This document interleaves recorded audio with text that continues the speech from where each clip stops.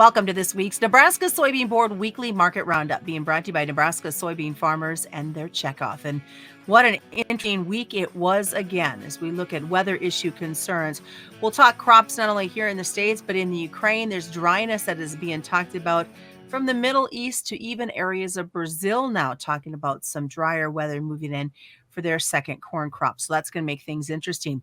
It may only be $8 bids in Nebraska for corn, but we're going to talk about what's happening to the south and how that's affecting the cattle market as well. We've got a lot coming up on today's episode. It may be small, but this little bean fuels a lot of power. It powers a food industry as a top source of protein. It's a fuel that powers diesel engines with fewer emissions. It powers a state economy and bottom lines, and it powers the rest of the world as a top Nebraska export.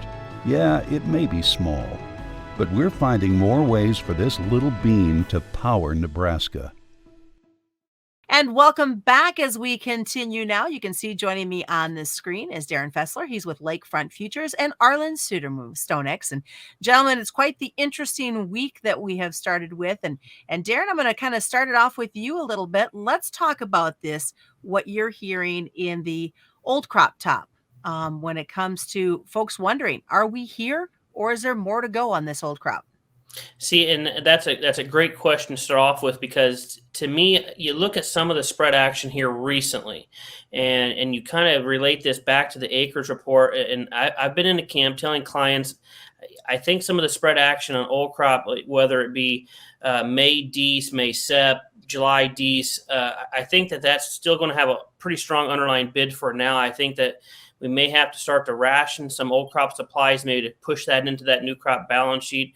But I am watching the spread action. May set another new high yet again. I mean, the May has been very, very impressive here. And I think that as we get closer to first notice day, I still think that I wouldn't be surprised if May takes out $8 on the board here pretty soon, maybe even next week.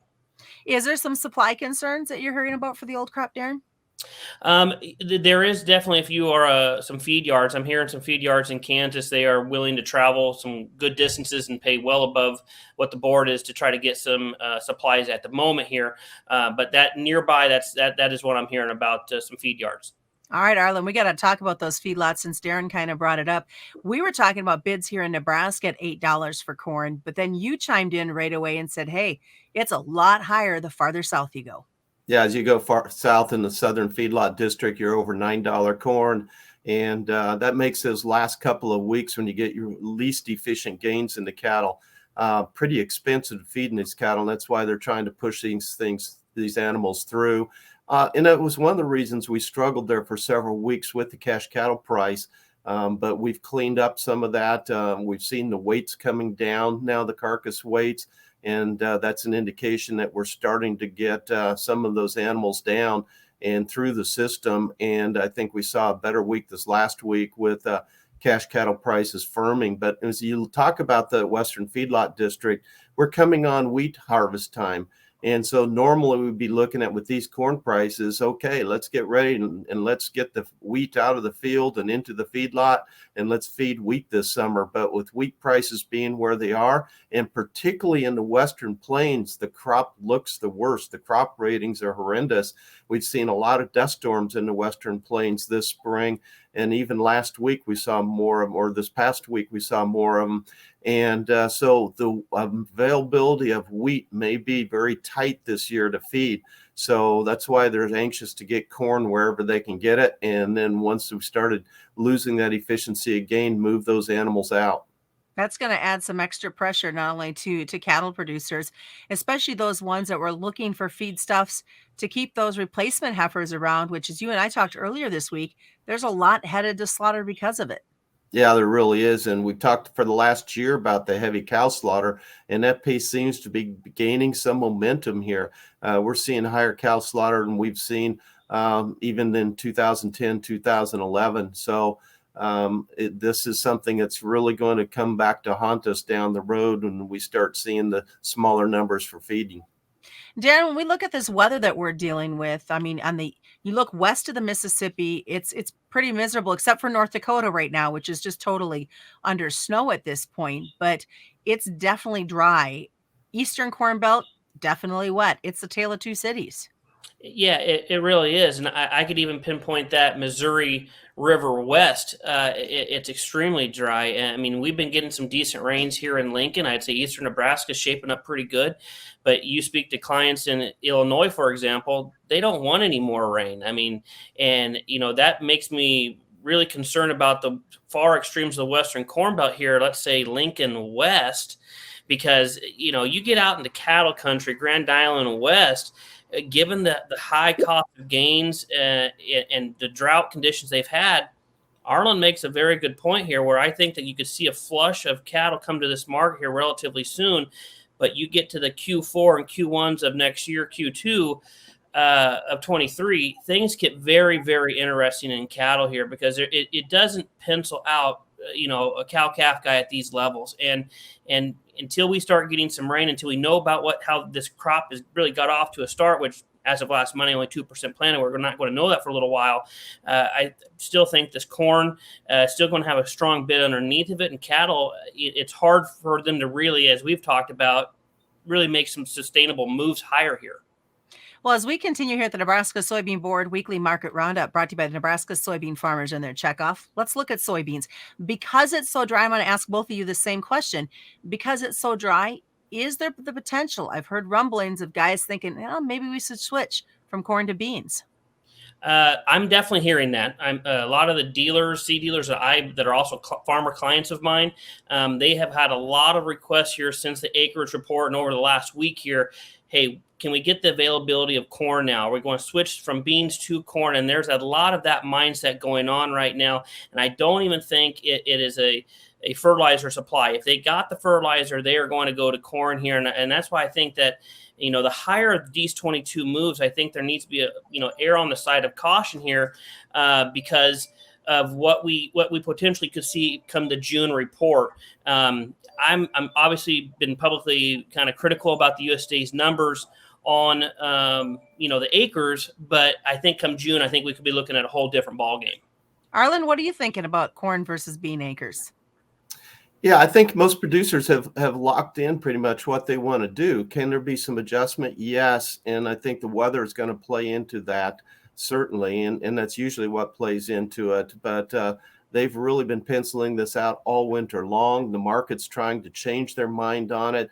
And if we do have much of a change to more corn acres, then we're really going to have to worry about, can we get the chemical in? Can we get the fertilizer in order to service that need? That's going to be a concern as well. But I think regardless, we're going to be looking at a lot of soybean acres double crop behind wheat if we get the wheat harvested in time across much of the southern and eastern Midwest into the southern and central plains. And looking at the fact that we're dry here, we're not the only ones that are dry. The Middle East is dry, and dry weather is continuing to plague South America. It really is. And the USDA raised the size of the corn crop for Brazil by 3 million metric tons in their last crop report, the WASDE crop report. And I didn't really have a problem with that. We'd gone up 2 million metric tons ourselves. And it's because basically on April 1, the corn crop looked good. The safrinha corn crop looked good. But those last few days of March, the weather pattern started to change. It hadn't had much effect on the crop then on April 1st, which is when those estimates were as of. But since then, it has started to affect the crop, not to a great extent yet, but we're in the pollination phase. Think of this as being mid-July in our growing season, and it hasn't rained for a couple of weeks. Their soils aren't as forgiving. They're not dealing with a lot of heat, so that helps. I'm not talking a crop disaster, but I am talking a scenario now that if we go another couple of weeks with this low rainfall, which is what the forecasters are talking about, then we're into May when it's the end of the rainy season, and it tends to shut off anyway. And that leaves the crop with very little moisture then for the grain field. So it takes the top off production in a year when we can't afford to lose any production.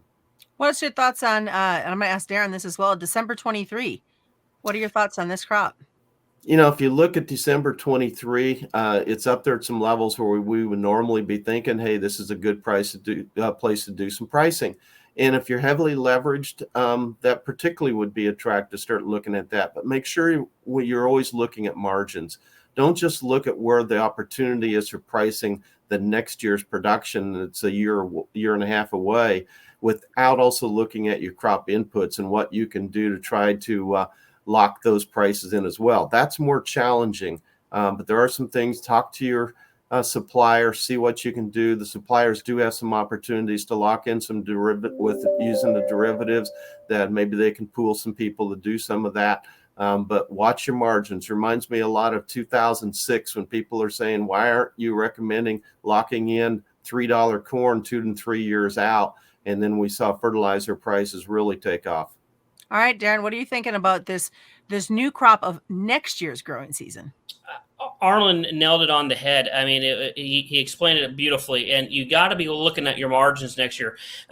Even though we're a long ways out here, I mean, I was talking to fertilizer dealers who are clients of ours as well just here today, and if you look at some of the input ratios of corn right now, yes, it is really high versus historical levels.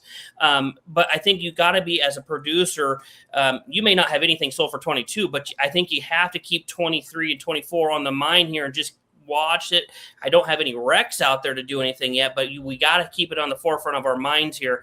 One thing I'd like to make note of that is, yes, we've seen years where, like a 2006, and you've missed these big run-ups here. Watch these outside markets. I think you watch equities, you watch the rising rates, you watch the consumer sentiment. There's things in the economy that could offset some of these larger gains here. Real quick, Arlan, UP, is that something we need to watch when it comes to this rail movement? Yeah, it could really tighten up movement of fertilizer. CF uses a lot of their own cars for moving fertilizer into position, and they're going to be restricted in how they can do that with UP policies right now, trying to get things moving. Well, thanks to both of you for joining us this week. As I always want to remind folks, commodity futures and options involve substantial risk of loss, not suitable to all investors. That's a Nebraska Soybean Board Weekly Market Roundup.